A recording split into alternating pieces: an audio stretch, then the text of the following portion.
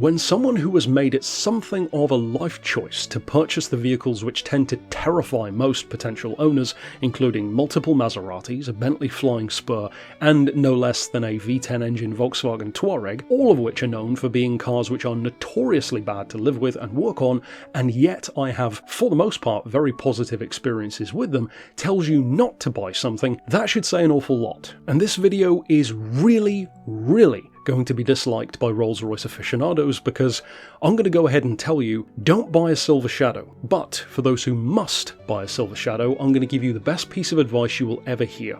Do not restore one. If you are going to buy one, make sure you have the money to buy a mint, borderline concourse example already, and then you are still going to be spending a colossal amount of money to keep it in that condition. Trust me, just like they say about Bentley, there is quite literally nothing more expensive than a cheap Rolls Royce. Sure, at least here in the UK, you can find plenty of Silver Shadow 1s and 2s for dirt money. 5 to 10 grand for a running, rough example, 2 or 3 for one which needs work but still might turn over, and of course as high as 30, 40, 50 in concourse example, 20 or 30 should buy you a very nice condition one, with, well, feasibly no current work needed. The problem is, there's only one fundamental difference between a good condition Rolls Royce and a bad condition one, and that is when on your calendar you need to mark down the first repair, because you're gonna have to do it either way. And just to give you some idea of the kind of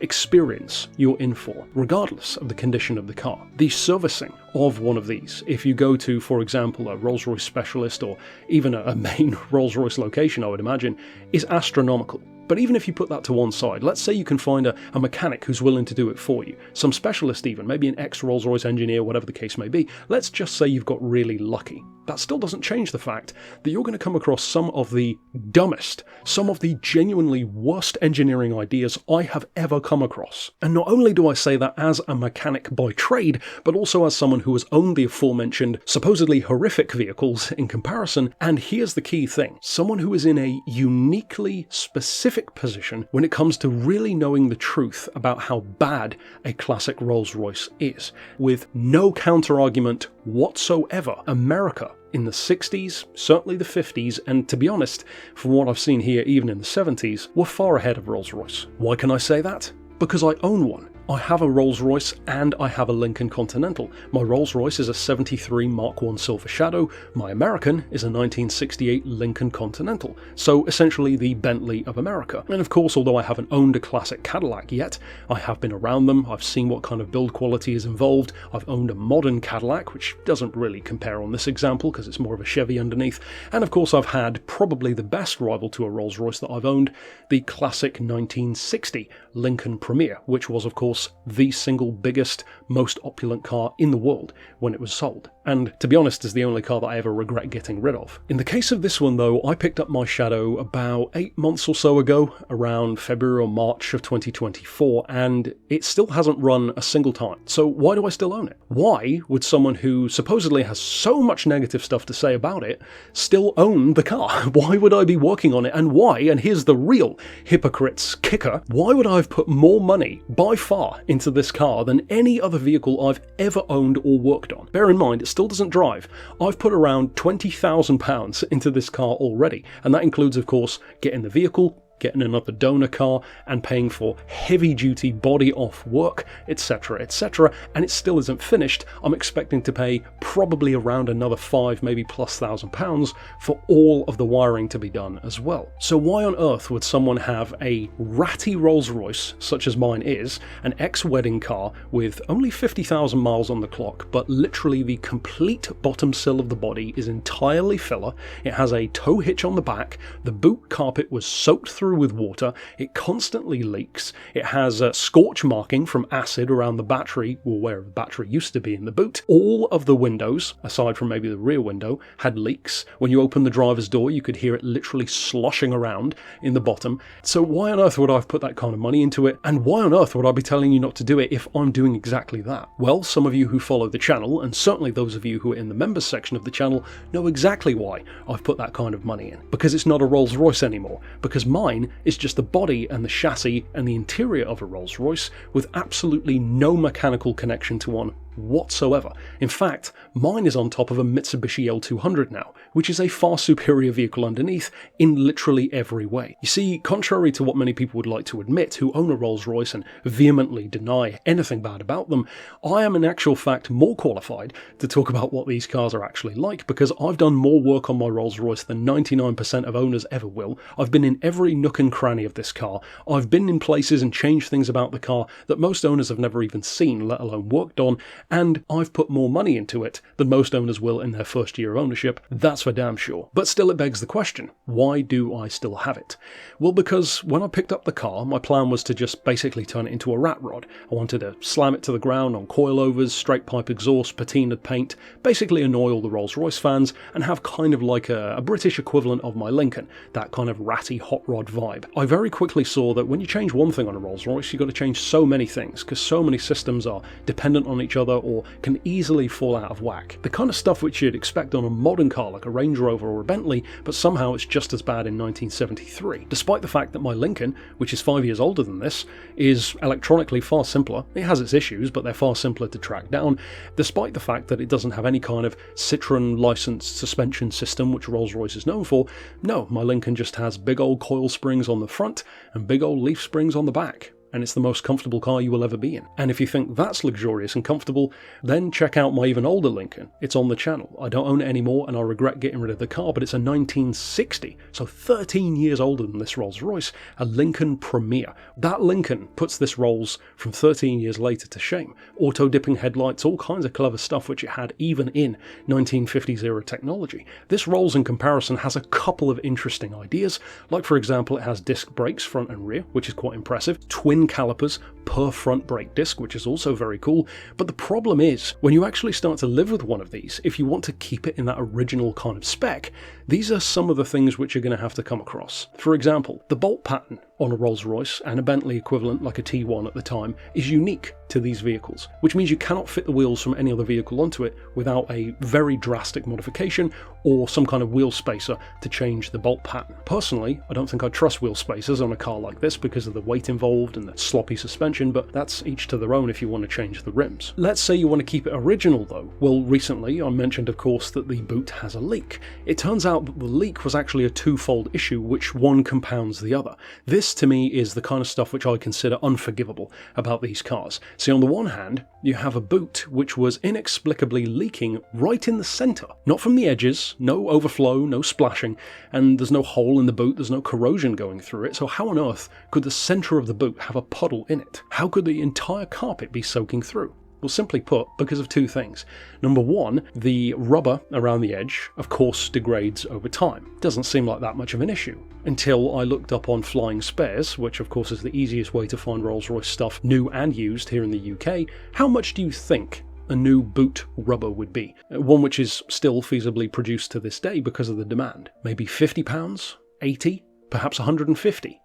Try 875, because that's how much the boot rubber is for this particular Rolls-Royce Silver Shadow. Or you could buy a used one for 100, because that's a great deal, isn't it? I bought a generic one, which does exactly the same job, for 25 quid. But even that doesn't annoy me the most. See, what annoys me the most is the design of the boot itself means that as soon as that rubber degrades, even in the slightest, you will not only have a leaking problem, inside the boot it has a two-layer metal structure. The outside layer, especially now that the winter months are coming and the temperatures have dropped, gets completely covered inside with condensation. The second layer of the metal boot, Rolls-Royce decided to cut large holes in, perhaps to save some weight, probably to save some cost. The condensation of course goes straight through those holes, as well as through the umpteen holes all the way around the edge of the boot, designed to hold in the carpet. All of those holes become a self-contained sprinkler system for your boot carpet every time it rains and every time you get any condensation. Now again, the apologists will probably say, well,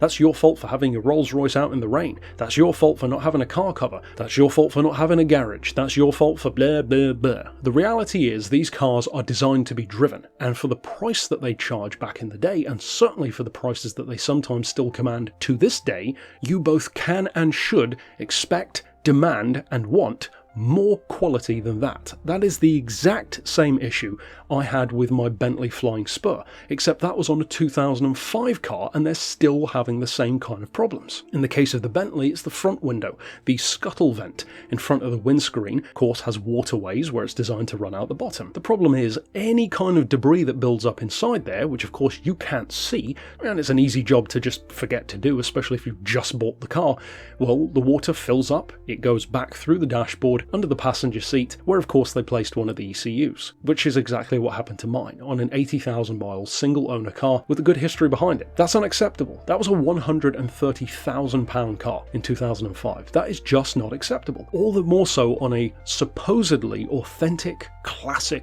Rolls Royce experience. And the reason why I find it so unacceptable is because the Yank cars that I own, for all the jokes that we Brits like to make about them, they simply don't do that. Yes, they have their own problems. My Lincoln, for example, has a misfire. That's nothing new for a classic, and there are plenty of modern cars which do as well, and let's be honest, not a particularly difficult job to figure out either, considering that a misfire is fairly obvious in terms of where to diagnose it from. At the same time though, I've had my Lincoln for over 2.5 years, most of which has been out in the rain. It has exposed patinaed paint, which doesn't rust. None of the windows have ever leaked, despite the fact that it doesn't even have a window mechanism inside it, and I literally jam the windows shut with screwdrivers, so the windows aren't even sealed properly, and the boot, despite being the size of a small swimming pool and exposed metal inside and out, never gets a single drop of condensation, and despite the fact that the boot rubber all the way around is very heavily perished, has never leaked once. Regardless of your fandom, regardless of whether you dislike American cars or what, that's unacceptable, and it proves that you can do better because America was doing better. Another anecdote which I heard from a fellow classic owner, in fact he forgot he told me the first time, so he's told me a couple of times, he told me the story of being on a cruise once, speaking to an older lady who was very well off and who loved her luxury cars. He asked her, "Do you drive a Rolls Royce?" She said, "No. Why would I want one of those pieces of trash for? I've got a Lincoln." That to me says a lot, because it's not just about someone who can quote-unquote only afford a ratty car, or who's trying to look like the 1% on a low budget, or whatever other stupid slogan people like to throw around. That was someone with plenty of money who was buying these cars brand new, and clearly from the way she said it,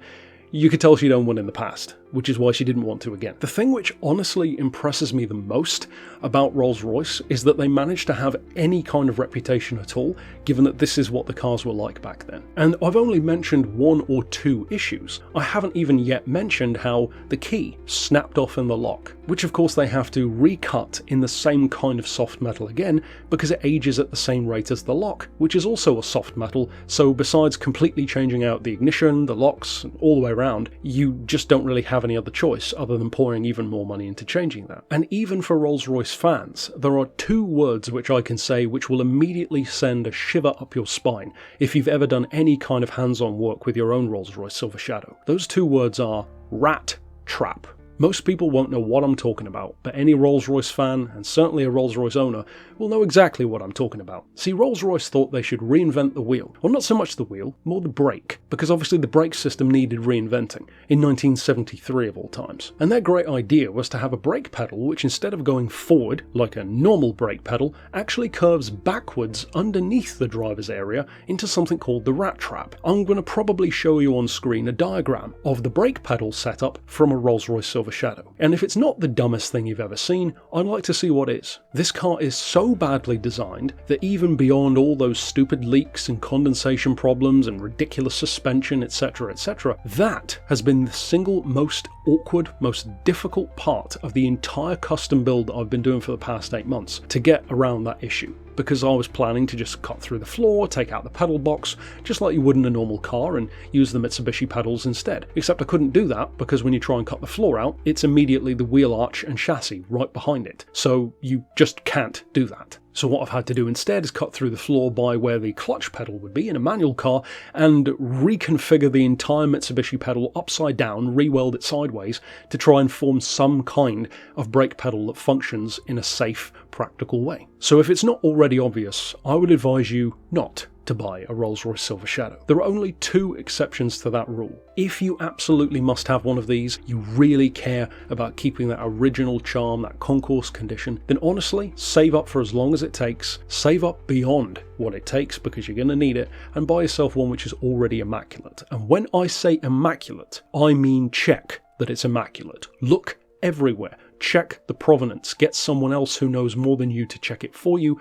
Do not look for just a shiny paint finish. The only other exception, and honestly this is the one which I think is actually worth it, is exactly what I've done. Strip everything that Rolls Royce did out of it and keep it as a nice looking shell with a very nice classic interior and shove it on something which is way, way more practical. It means that I get to keep the look, the charm, the cool factor, but without anything that actually lurks underneath. And you'll notice that I haven't talked about how they sound, how they drive, and how woefully underpowered their engines are, etc, etc, etc. Because none of that matters if a car is horrific to live with. These cars are not worth living with in their original condition, certainly not in cheap, rough condition, and I would recommend that if you want to have something like what I've done, or your own project, maybe a hot rod of some kind, your best bet is buy one that is dirt cheap, doesn't even run, and just use the shell. As long as the shell is relatively rust-free, unfortunately those 2 things don't tend to go hand in hand that often, but try to find the cheapest one you can. Even then, you are going to have some problems, such as the weird suspension. The travel on the suspension springs, for example, is like 42 inches or something insane.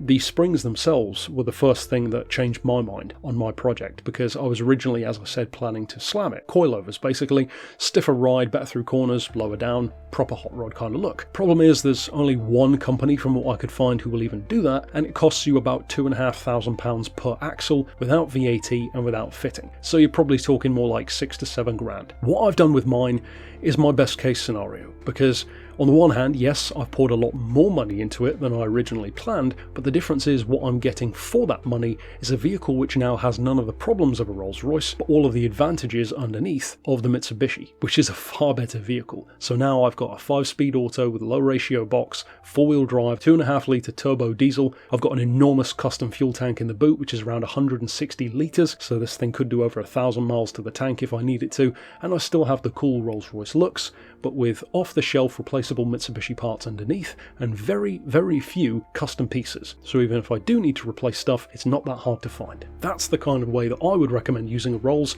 but of course I'm well aware that that is not for everyone. Ultimately, if you are going to do something like I've done here, well, it depends how much you're going to spend, but I would recommend having £20,000 to £30,000, and that's pretty much lowest end scenario, because it's big work. You've got to find someone willing to do a lot of the stuff which you won't be able to do yourself in your driveway, such as putting the body on top. I don't have a gantry here, of course, to do that with, and so yeah, if you're going to do it, it won't be cheap, but you will end up with, as I am, a pretty damn cool car in the end. That's basically the only time I would recommend having a Rolls Royce at all, and part of the reason why I'm doing it is, as I think you could probably tell, sheer spite. I am not allowing a Rolls Royce to be the worst car I've ever had. I was determined to make something of it, and if you're going to make something of it, just go all out. I would actually leave you with one parting piece of wisdom. If someone sneers at your idea of what you want to do to a Rolls Royce, if someone turns their nose up at your Rolls Royce, as occasionally I see people do walking past mine, it immediately tells you something. That person has never owned one, never driven one, and certainly never worked on one.